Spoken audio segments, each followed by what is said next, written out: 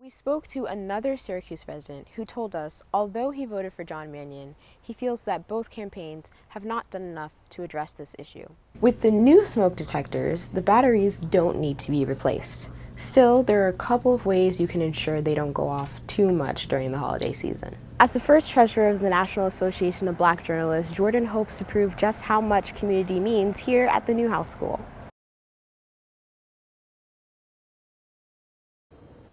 That's right, I'm here in front of Hendricks Chapel where community members gathered earlier this week to commemorate the 3-year anniversary of Russia invading Ukraine. And now Ukrainian community members are reacting to news coming out of the UN. In Trump's recent decision, he sided with Russia by voting against a Ukrainian resolution that would call for the immediate withdrawal of Russian troops.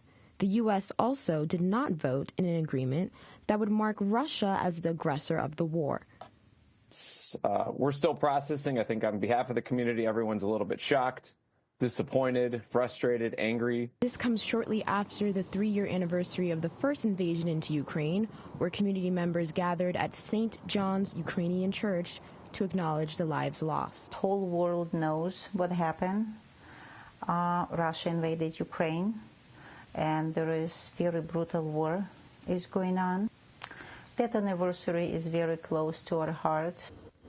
And on Saturday, March 1st, community members will gather again in Clinton Square for a Ukrainian rally.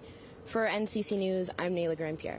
Last week, a Syracuse house fire on Burnett Street left one man dead, and just a day after, another left a firefighter injured on Beverly Road. As we step into the holiday season, the Syracuse Fire Department is urging the community to take extra precaution this time of year. I think the reason why the numbers tend to climb up during this time because people are starting to turn their heat on. Every year we'll get a couple people deep frying a turkey and not doing it the right way. Firefighter Pete Masterpole of the Fire Prevention Bureau also explains how holiday decorations pose a threat. Obviously the big thing is Christmas tree lights and Christmas trees. When they do catch fire, they go very, very quickly, in a matter of seconds. If you don't have to, use an artificial tree. As part of the city's fire prevention efforts, the fire department is offering free installs of their new smoke alarms in 1 or 2 family homes.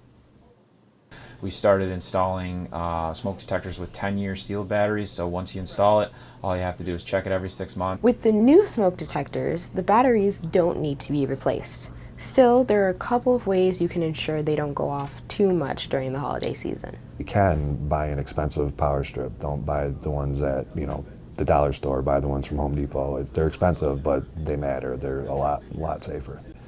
Try not to overload it, and don't run it underneath any carpets or anything, because any sort of friction like that could cause the wire to sort of wear down. For a happy and safe holiday, you can submit an installation request through the Fire Prevention Bureau page found on the City of Syracuse website. For NCC News, I'm Nehilah Grand-Pierre.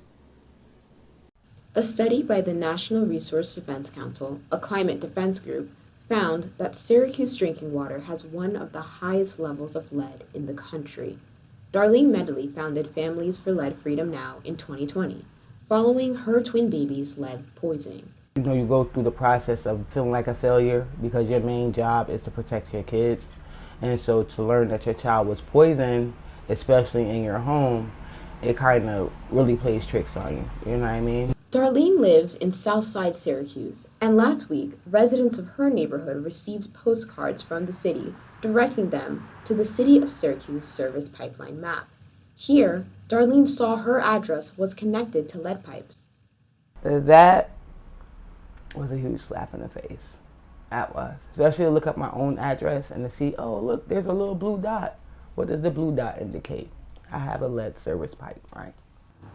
Darlene's activism has gotten her the chance to speak to local officials about her community.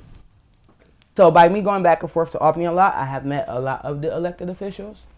John Mannion is one of my favorites, I'm not gonna lie. Mr. Mannion is kind of one of the only ones who has had representatives even come and knock on my door. As far as Mr. Williams goes, I remember meeting him a while ago before he got into office, And he seemed like he was a great guy, and then it seems like he got in office and forgot where he came from. We spoke to another Syracuse resident who told us, although he voted for John Mannion, he feels that both campaigns have not done enough to address this issue.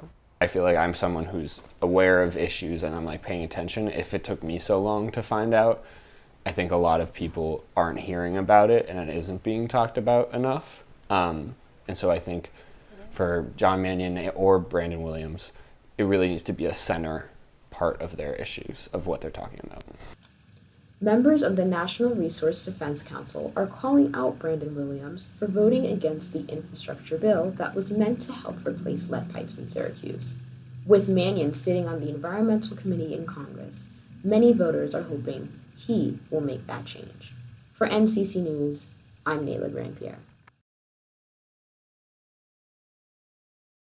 What would really happen if Trump's administration ended the Department of Education?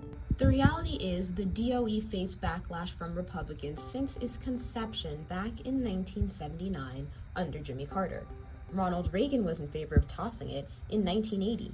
Getting rid of it today would get rid of programs that don't always come to mind when we first think of education, such as free lunch and other income-based initiatives. Certain schools that are already strapped for funds might exacerbate their condition, their situation, which relates to issues of disability, DEI in general, but all kinds of different programs. So how likely is it that this will actually go away? Well, considering previous efforts didn't really do the job, it's hard to tell. But with Congress needing approval for this to happen and the Republican majority, it's not entirely impossible.